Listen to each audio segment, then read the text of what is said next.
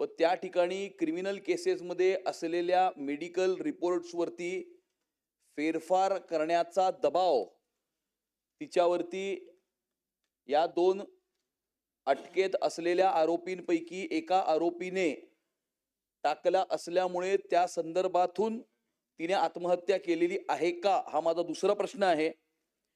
आणि माझा तिसरा स्पेसिफिक प्रश्न असा आहे की या संबंधी ज्या एसआयटी चौकशीचे गठन केलेले आहे त्या एसआयटीचा तपास हा किती दिवसामध्ये पूर्ण होणार, हा माझा तिसरा स्पेसिफिक प्रश्न आहे अध्यक्ष महाराज. अध्यक्ष महोदय, ही जी घटना आहे ती अतिशय दुर्दैवी अशा प्रकारची घटना आहे. एक महिला डॉक्टर तिने आत्महत्या केली आणि त्यातून समाजामध्ये देखील खूप मोठ्या प्रमाणात एक दुःखाची लाट देखील तयार झाली आणि म्हणूनच या संदर्भात आपण एसआयटी पण नेमली आणि या संदर्भात ज्युडिशियल इन्क्वायरी पण आपण नेमलेली आहे, कमिशनही नेमलेलं आहे. आत्तापर्यंतच्या तपासामध्ये जे 3 मुद्दे सन्माननीय सदस्यांनी या ठिकाणी उपस्थित केले, त्यात फॉरेन्सिकचा जो रिपोर्ट आलेला आहे त्या रिपोर्टप्रमाणे त्या डॉक्टर महिलेने जे काही तिच्या हातावर लिहिलेलं आहे ती तिचीच हँडरायटिंग आहे या संदर्भात निष्पन्न झालेला आहे, तसा रिपोर्ट आलेला आहे. दुसरा जो काही विषय या ठिकाणी त्यांनी मांडला की हे जे काही आरोपी आहेत त्या आरोपींनी दबाव आणला का, तर मुळामध्ये या सगळ्या केसमध्ये हे जे पोलीस अधिकारी बदने आहेत या बदनेंचं एक प्रकारे जी काही आता आपल्याकडे माहिती आलेली आहे, चॅट्स आलेले आहेत, त्या सगळ्याच्यात तिची फसवणूक करून आणि शारीरिक शोषण केल्याचं आपल्याला लक्षात येत आहे बदनेंनी. आणि त्यातनं मग म्हणजे लग्नाचं आमिष दाखवणं वगैरे अशा सगळ्या गोष्टी झालेल्या त्यात लक्षात येतात. आणि त्यातनं नंतर मात्र वेगळी भूमिका या बदनेंनी घेतलेली दिसते. एक प्रकारे तिचं शोषण त्यांनी केल्याचं लक्षात येतं. आणि दरम्यानच्या काळामध्ये जी काही त्या ठिकाणी वेगवेगळ्या प्रकारे, कारण ती मेडिकल ऑफिसर होती, तर मेडिकल मध्ये ज्यावेळेस एखाद्या आरोपीला अटक होते त्यावेळेस तो अटकेकरता फिट आहे की नाही या संदर्भातला रिपोर्ट घ्यावा लागतो. तर अशा प्रकारचे काही रिपोर्ट्स हे त्या डॉक्टर महिलेने अनफिट दिले आणि म्हणून पोलिसांनी एक मोठं पत्र हे त्यावेळी त्यांचे जे वरिष्ठ आहेत त्या वरिष्ठांना लिहिलं की बाबा अत्यंत महत्त्वाच्या गुन्ह्यांमधले हे सगळे गुन्हेगार आहेत आणि यांना अनफिटचं सर्टिफिकेट दिलं जातं आहे. आणि मग त्याच्यावर चौकशी झाली, तिने देखील आपलं पत्र लिहिलं. पण ही सगळी जी बाब आहे ही 5 महिने आधीची आहे. आत्ता जे काही सुसाईड आपल्याला त्या ठिकाणी दिसत आहे त्यामध्ये एकीकडे बदनेनी केलेली फसवणूक आहे आणि दुसरीकडे त्या सगळ्या परिस्थितीचा फायदा घेऊन जो दुसरा आरोपी आहे त्या आरोपीनेही एक प्रकारे तिची फसवणूक केलेली आहे. आणि म्हणून त्या दोघांचं नाव लिहून त्या ठिकाणी या महिलेने ही आत्महत्या केलेली आहे. यामध्ये आतापर्यंतचे जे काही रिपोर्ट्स आहेत त्या 2 गोष्टी फॉरेन्सिकच्या रिपोर्ट्समध्ये क्लिअर झालेल्या आहेत. पहिलं की गळफास लावून, म्हणजे स्ट्रँग्युलेशन नाही आहे, गळफास लावून या ठिकाणी केलेली हा मृत्यू आहे. आणि दुसरं, हातावर जे काही लिहिलेलं आहे ते अक्षरं त्या महिलेचेच आहेत. अशा पद्धतीनं या 2 गोष्टी आतापर्यंत तपासामध्ये आलेल्या आहेत. अजून हा तपास आपण कन्क्लूड केलेला नाही. आता याची चार्जशीट लवकरच दाखल होईल. पण पॅरलली अनेक गोष्टी या ठिकाणी सांगण्यात आल्या आणि म्हणून त्याचीही स्वतंत्रपणे चौकशी करण्याकरता एक आपण न्यायाधीशांची नेमणूक केली आहे. तेही याची स्वतंत्र चौकशी करतायत. आणि हा जो पोलिसांचा तपास आहे हाही महिला IPS अधिकाऱ्यांच्या माध्यमातून चाललेला आहे. वडेट्टीवार साहेब, देतो तुम्हाला. नाही, बोला. देतो. अध्यक्ष महोदय, या प्रकरणाने संपूर्ण महाराष्ट्र हादरला होता. सगळं सर्वश्रुत आहे आणि खरंच एक वेदनादायी घटना ज्या एका महिला डॉक्टरवर ज्या पद्धतीनं सुसाईड झाला. पण यामध्ये एक आहे की जे 2 आरोपी या ठिकाणी अटक झाले. माननीय अध्यक्ष महोदय, खरं तर या प्रकरणामध्ये डिजिटल तांत्रिक आणि फॉरेन्सिक पुरावे हे काही संकलित करण्यात आले आहे का, हे आलं पाहिजेत अध्यक्ष महोदय. आणि यामध्ये या दोन व्यतिरिक्त इतर कोण पुन्हा आरोपी आहे त्या संदर्भातली चौकशीच्या दिशेनं चौकशी सुरू आहे का, हा दुसरा प्रश्न अध्यक्ष महोदय.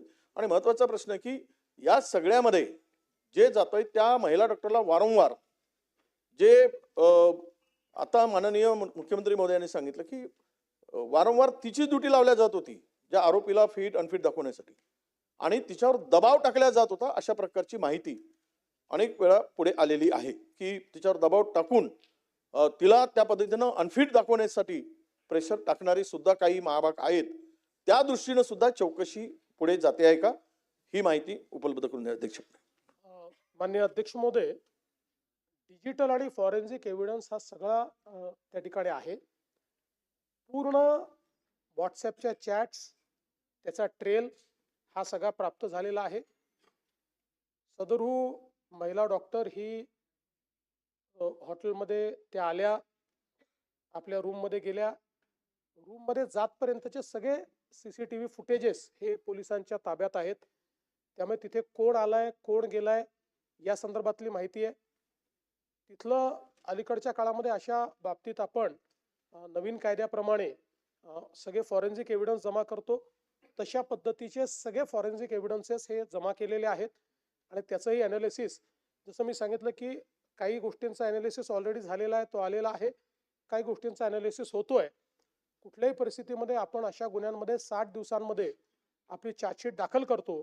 90 दिवस वेळ असतो, पण 60 दिवसात आपण करतो महिलांच्या बाबतीत.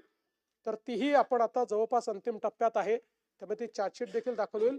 आणि या व्यतिरिक्त कोणी आहे का हा अँगलच तपासण्याकरता ज्युडिशियल इन्क्वायरी आपण केलेली आहे. सोळंके साहेब. अध्यक्ष महोदय, सदरील महिला डॉक्टरचा दुर्दैवी मृत्यू झाला. ती महिला माझ्या मतदारसंघातली आहे. अत्यंत गरीब कुटुंबातून तिच्या वडिलांनी, आईनी, काकांनी तिला शिकवून डॉक्टर केलं होतं, परंतु प्रशासनाच्या कारभारामुळं म्हणा, इतर काही कारभारामुळं म्हणा, तिचा दुर्दैवी मृत्यू झाला. माझा स्पेसिफिक प्रश्न असा आहे की एक मानवतावादी दृष्टिकोनातून त्या कुटुंबातल्या एखाद्या व्यक्तीला त्याच्या शिक्षणाप्रमाणे अनुकंपा तत्वावरती हे शासन नोकरी देईल का, हाच माझा स्पेसिफिक प्रश्न आहे.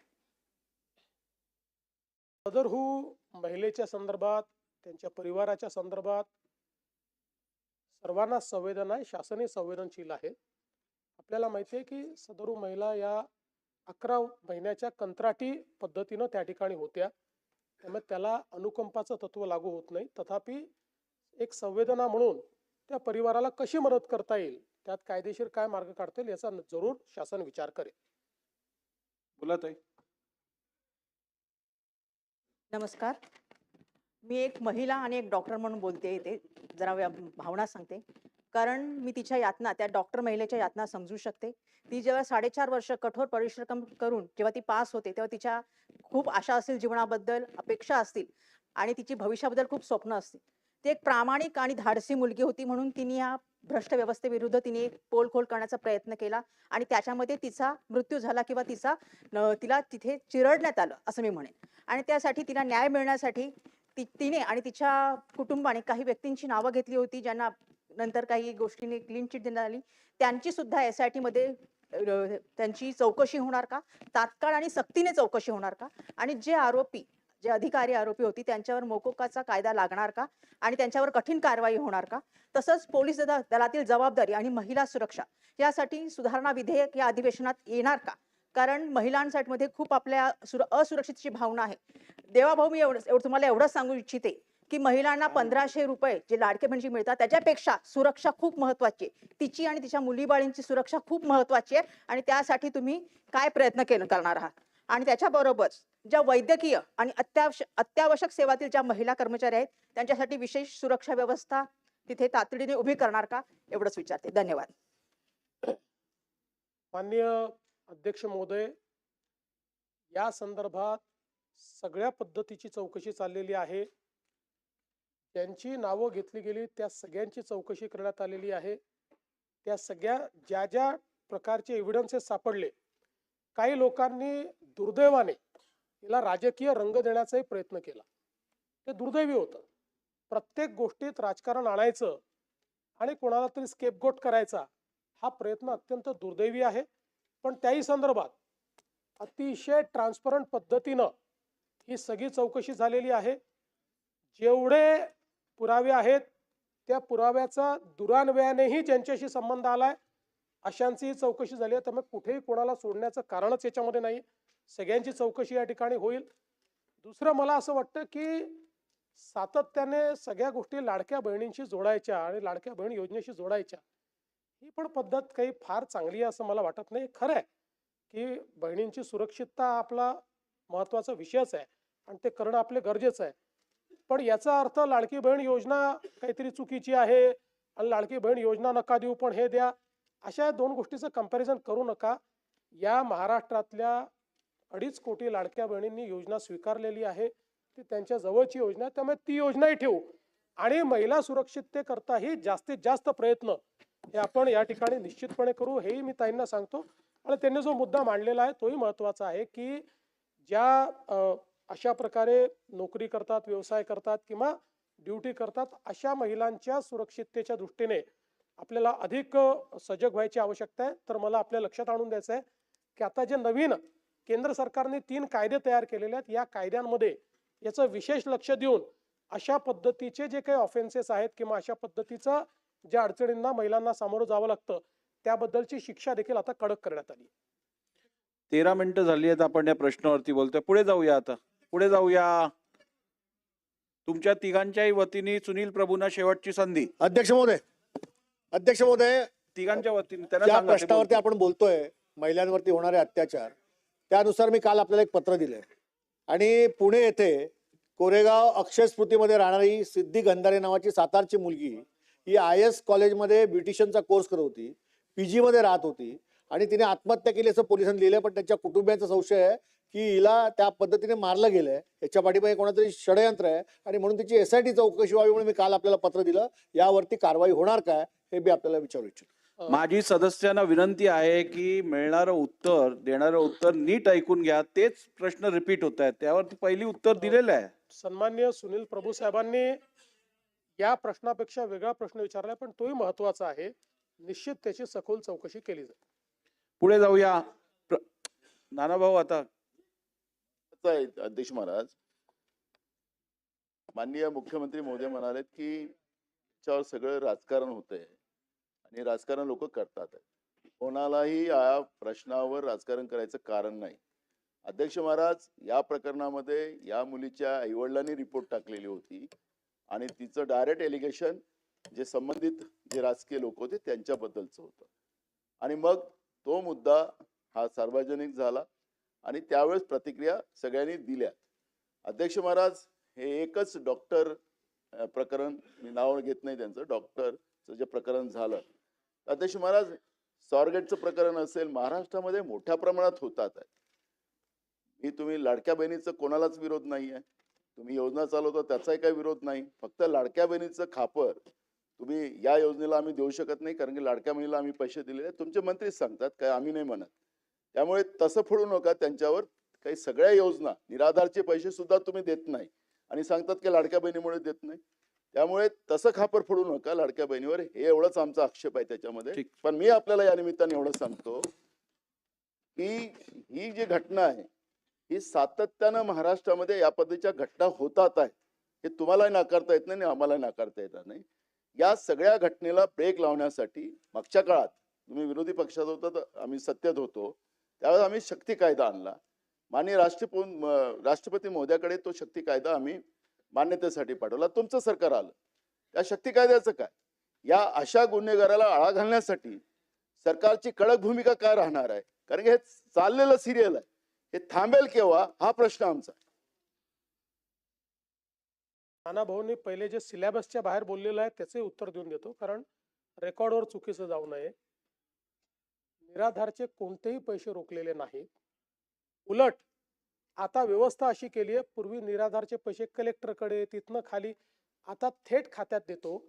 आता फक्त ज्या लोकांचे KYC होऊ शकले नाहीत, प्रत्येक जिल्ह्याला सांगितलेलं आहे 10% लोक आहेत की ज्यांचे KYC अद्यापही झालेले नाहीत. जिल्हाधिकाऱ्यांना त्याचे टार्गेट दिलेले आहेत. ते KYC झाल्यानंतर अशी व्यवस्था केली आहे की निराधारचे पैसे हे 1 तारखेला त्यांच्या खात्यामध्ये जातील.